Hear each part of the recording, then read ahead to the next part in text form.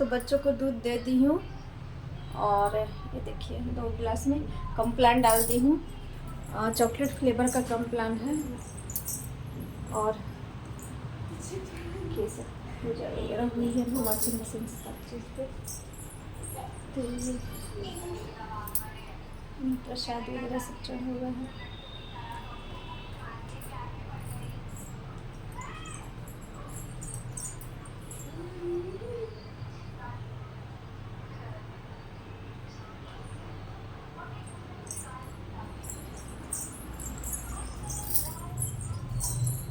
अब जा रही हूँ, थोड़ा सा मैं सोच रही हूँ मैं मम्मी के यहाँ थोड़ा घूम के आ जाऊँ, पापा को देख लूँ रात में शाम का क्या कंडीशन है। ऐसे तो फ़ोन करके पूछी तो बोले लोग कि ठीक है, तो लेकिन फिर भी ना जा रही हूँ। अब थोड़ा सा देख के आ जाऊँगी आधा घंटा में। बच्चों को दूध दे ही दे रही हूँ, फिर आऊँगी तो केवल पूड़ी वगैरह बनाना, चाहे रोटी जो भी बनाना रहेगा वो मैं बना दूँगी।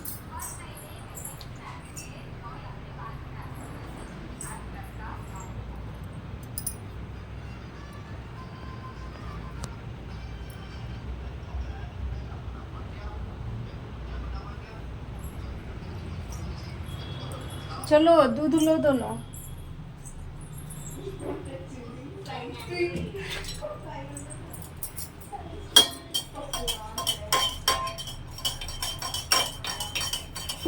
देखती हूँ पतिदेव जी को फ़ोन करूँगी, अगर आएंगे तो ठीक है, नहीं तो फिर मैं चली जाऊँगी। आ जाते फिर मैं फ़ोन करूँगी तो उधर से साथ में आ जाएंगे। तो ठीक है, कंटिन्यू ब्लॉग में बने रहिए।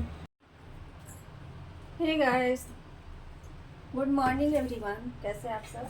आई होप कि आप लोग अच्छे होंगे और welcome back to my YouTube channel Rekha shorts creator और ब्लॉगर। तो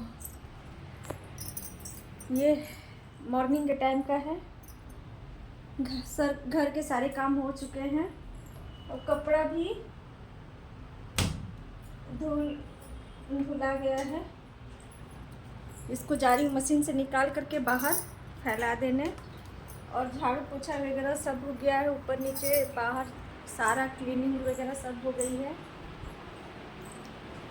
और नाश्ता भी बन गया, बच्चे स्कूल चले गए हैं। सब्जी रोटी नाश्ता, आलू सोयाबीन की सब्जी, रुकिए दिखा रही हूँ मैं। ये देखिए आलू सोयाबीन की सब्जी है, इसमें रोटी मैं बना दी हूँ, रोटी नाश्ते के लिए सब रोटी है। और जा रही हूँ अब दाल चावल बना देने, दाल चावल बना के रख दूँगी। जा रही हूँ दाल चढ़ा देने, और फिर उसके बाद मैं नहाने जाऊँगी। नहा के आ रही हूँ तो फिर नहा के आऊँगी तो फिर चावल बना दूँगी। यही है। और मेरे पापा ठीक हैं, सुबह में बात हुई है पापा से, थोड़ा सा पेन से उनको रिलीफ हुआ है, आराम मिली हुई है।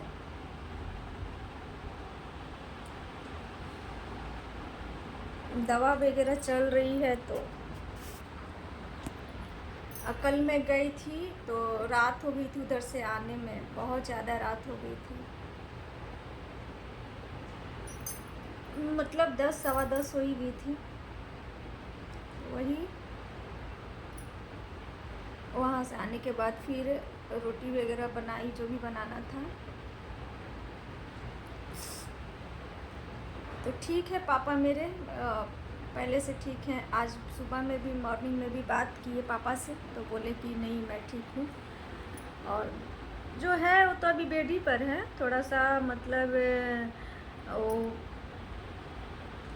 बोला है डॉक्टर रेस्ट के लिए, तो रेस्ट में आएंगे तो जल्दी ठीक हो, मतलब सेट कर जाएगा जो भी है।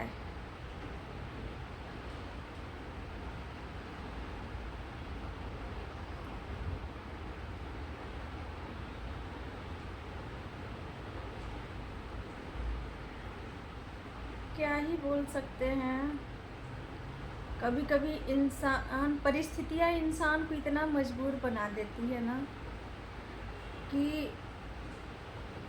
लोगों का बातें सहने के लिए आदमी मजबूर हो जाता है।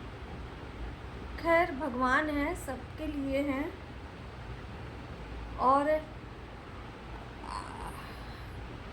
आदमी समझते हैं कि मेरी लाइफ सही सही सही सही चल रही है, सब चीज़ सही चल रहा है तो सही ही होगा, ऐसा नहीं है। परिस्थिति किसी के साथ भी, जैसे नियति किसी को भी खेल खिला सकती है, ऐसा थोड़ी है। बहुत सारी चीज़ें, पुरानी चीज़ों से सीख मिलती है मुझे। तो बहुत सारी चीज़ें हैं जो आदमी को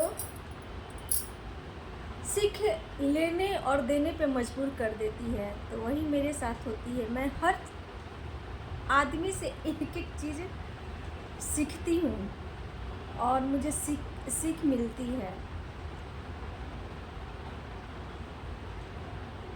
तो ऐसा है कि अगर जो समाज, फैमिली, मैंने हर किसी के लिए जो आदमी रिस्पॉन्सिबल रहता है तो उसके लिए भगवान रिस्पॉन्सिबल रहते हैं उसके प्रति। मेरे पापा इतनी लोगों का दुआ मेरे पापा के साथ है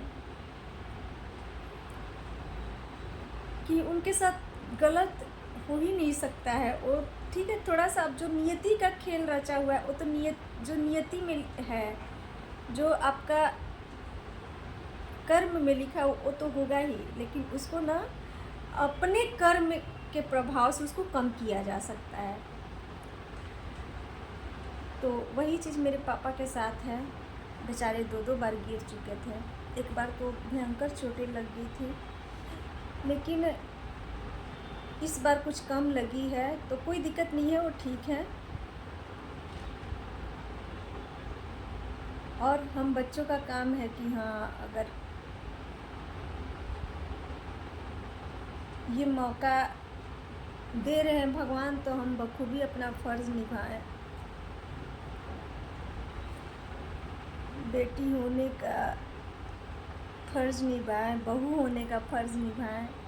ये मुझे बहुत अच्छा लगता है। मेरी मम्मी का ही जब हाथ टूटा था तो आप लोगों ने देखा होगा,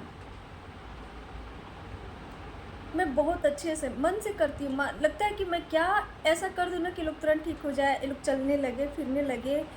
मतलब चलो मुझे करने का मौका मिला है तो मैं शिद्दत से, इतना शिद्दत से इस काम को करूँ ना कि वो लोग सही हो जाए। वही चीज़ है। कल मैं रात में आ रही थी तो पता नहीं हर घर की ये मतलब बन गई है। तो मैं कल रात में आ रही थी तो रास्ते में जैसे हस्बैंड वाइफ दोनों लोग ना लड़ते हुए जा रहे थे, तो मैं सुन रही थी। तो मैं सोची कि किस टॉपिक पे लोग की लड़ाई हो रही है। तो वो टॉपिक था कि आपकी फैमिली ने मुझे कुछ नहीं किया, मैं भी नहीं करूँगी, ये वो ऐसे वैसे, आपके माँ बाप ने कुछ नहीं किया,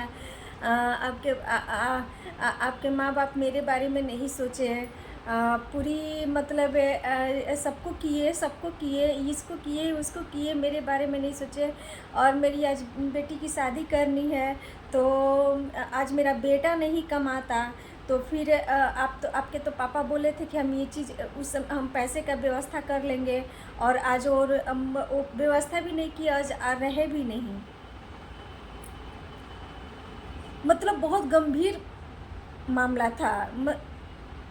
क्या बोलूँ, मैंने मुझे नहीं लगता कि इस तरह के हस्बैंड वाइफ भी होते हैं, नहीं होना चाहिए। क्योंकि ठीक है, एक दूसरे का पूरक है, दोनों को चाहिए कि सिचुएशन से निकले, ठीक है ना। अगर हस्बैंड फंसा हुआ है तो वाइफ को चाहिए कि उस सिचुएशन से निकाले, अगर वाइफ फंसी हुई है तो हस्बैंड को चाहिए कि उस सिचुएशन से निकाले।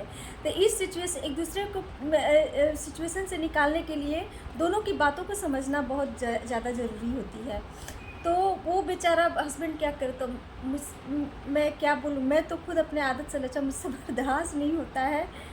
मैं नहीं सोचती हूँ ना कि मेरी वजह से माँ बाप को तकलीफ़ हो, ठीक है, मेरा ये है। लेकिन नियति भी मेरे साथ कभी कभी खेल खेल जाती है।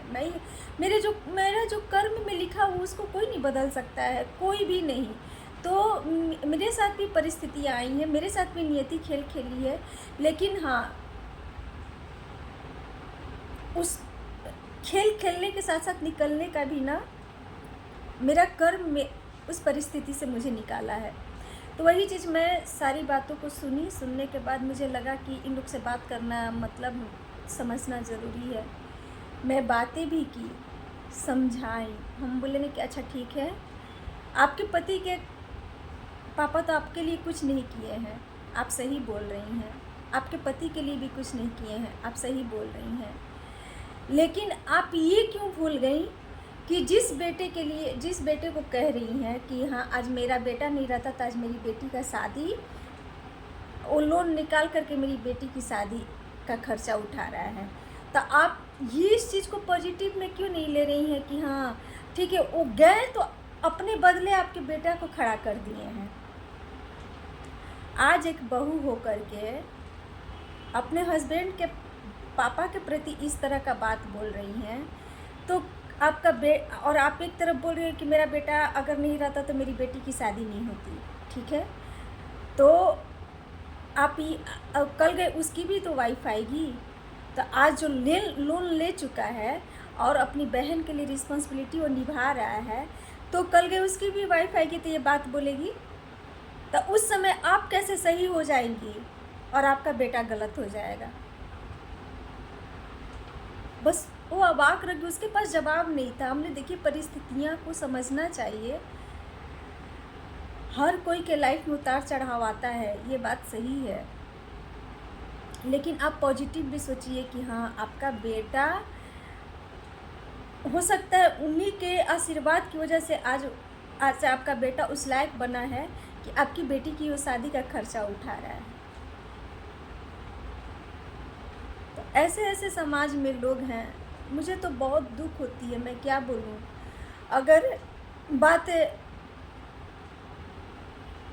मेरे हस्बैंड की बाप की आती है तो अलग बात हो जाती है, वही मेरे बाप की आती है तो बात अलग हो जाती है। ऐसा नहीं मानना चाहिए। हस्बैंड के पापा भी आपके पापा हैं, अच्छा वाइफ के पापा भी मेरे पापा हैं।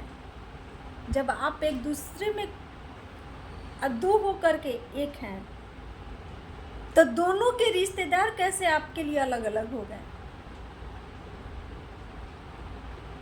खैर मुझे बहुत ये इन सारी, खैर वो समझ गई, उस समय के लिए तो समझ गई, बात के लिए समझी कि नहीं समझी मैं नहीं बता सकती, क्योंकि मुझे तो मिलना जुलना ऐसी राहगीर थी, तो मुझे ये चीज़ लगा और मैं सुन रही थी, मैं चलते जा रही थी, तो मुझे ये बातें सब सुनी तो मुझे लगा कि एक बार बोलूं।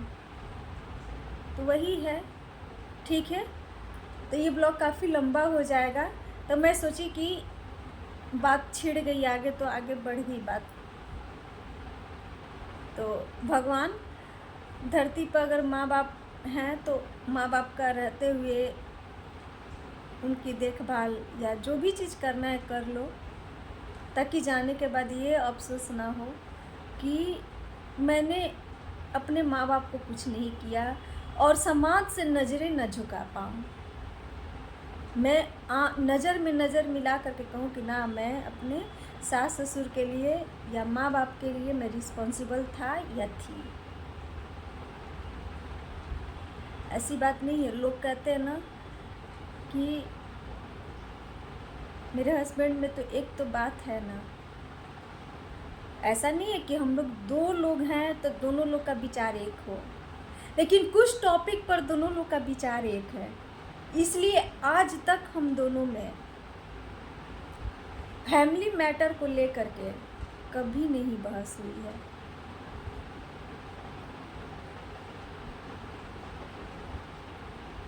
और मैं अपने हस्बैंड पे गर्वान्वित महसूस करती हूँ, फ़क्र करती हूँ, और मेरे हस्बैंड भी फ़क्र करते हैं अपने ऊपर। तो ऐसे ही रिश्ता चलता है। क्यों एक दूसरे के प्रति इतना इज्जत और मान सम्मान रहता है दोनों लोगों के नज़रों में। कहीं ना कहीं त्याग, समर्पण, विश्वास से ही ये सब चीज़ें पनपती हैं, आती है। वही है। तो ठीक है, मेरे ब्लॉग में मैं इस ब्लॉग को यहीं एंड करती हूँ, काफ़ी लंबा हो जाएगी ब्लॉग। तब तक के लिए bye bye, love you, take care. और फिर एक नए न्यू ब्लॉग के साथ मैं आप लोग के सामने आऊँगी। तो बाय बाय।